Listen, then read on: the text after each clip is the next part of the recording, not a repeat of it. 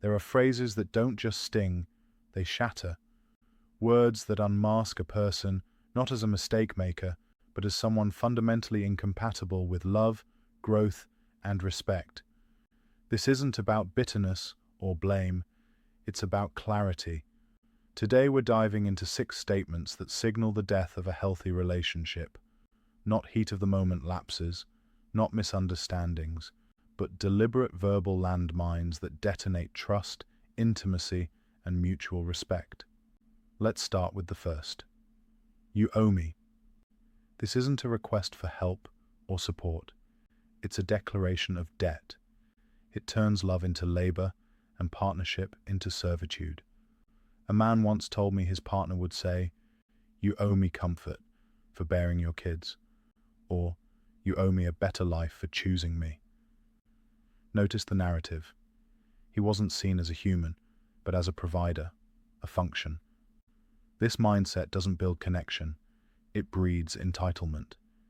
And entitlement, unlike gratitude, is never satisfied. The phrase creates a one-way emotional ledger, where every effort is expected, but never appreciated. Your achievements become obligations. Your love becomes currency. And worst of all, it's never mutual. The one demanding never stops to ask what they owe in return. You are simply there to serve. Next, I don't owe you anything. At first, this might sound like independence, but context reveals it as cold detachment. This phrase isn't about boundaries. It's about abandonment of responsibility. You raise a concern, a need, a boundary, and you're dismissed. I'll do what I want. I don't owe you an explanation. One client was working 12-hour days to support his partner, but when he asked her to tone down flirtatious behavior online, she snapped, "I don't owe you anything." That wasn't independence. That was disregard. It signals a relationship where one person gets all the benefits and none of the accountability. It's a love with no obligation, no empathy, and no future. Third, all men are the same. This isn't a feminist critique. It's a prejudgment. It turns individual men into scapegoats for past wounds.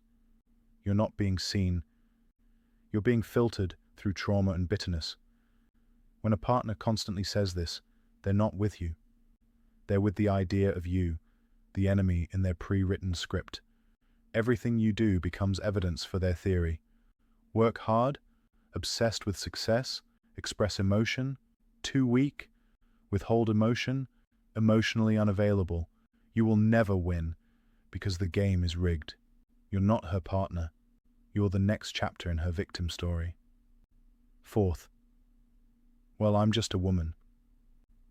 This phrase might seem harmless or self-deprecating, but when used repeatedly, it becomes a shield against accountability, forgetfulness, irresponsibility, even cruelty, all brushed off with a gendered shrug. One man told me his partner racked up credit card debt and said, "I'm just bad with money. I'm a girl." She wasn't 15, she was 35. This infantilization isn't cute, it's strategic. Because society often tells men to protect and provide for women, this phrase exploits that instinct. It's not about being incapable, it's about being unaccountable. Fifth, if you loved me, you would. This one's a classic tool of emotional extortion. It replaces honest communication with guilt-laced coercion. If you loved me, you'd buy me this. If you loved me, you'd cut off your friends. This doesn't test love, it erodes it, because love given freely is beautiful. But love demanded as proof is abuse in disguise. Real love doesn't need to be tested every week. It just needs to be felt, respected, and nurtured. Sixth, just leave then. This phrase is the emergency exit sign in every argument, only they're the ones lighting it up. It's not said in surrender, but in challenge. It dares you to prove your love by staying in a place where you're clearly not wanted, until one day you do leave. And the manipulator is shocked, because they never thought you'd actually go. It was about control, not truth. But every time they used it, a piece of the relationship died. Now, why are these phrases so dangerous? Because they're progressive. They start subtly, and before you realize it, they're normalized. What once shocked you now just hurts.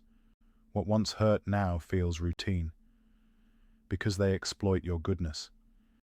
Your empathy becomes their weapon. Your loyalty becomes your leash. Because they're socially sanctioned. Movies, media, and influencers often glorify this as sass or strength. But emotional abuse dressed up as empowerment is still abuse. Healthy love doesn't need manipulation. It needs mutuality. It honors needs without turning them into debts. It respects independence without dismissing partnership. It never ever makes you feel small for having standards. If you've heard these phrases repeatedly, this isn't about miscommunication. It's about misalignment. No one who respects you will ever make you feel owned, optional, or obligated to earn their love. If you're saying these phrases, look in the mirror. You're not being clever, cute, or clever. You're being cruel. Get help, grow up, or get out of the way of someone who actually values love. In a world full of red flags, these 6 aren't just warnings, they're sirens. When someone shows you who they are with their words, believe them the first time. Because the right person will never say any of these things. And the moment you stop tolerating them is the moment you start reclaiming your self-worth. Let these phrases be your alarm, but let your decision to walk away be your awakening.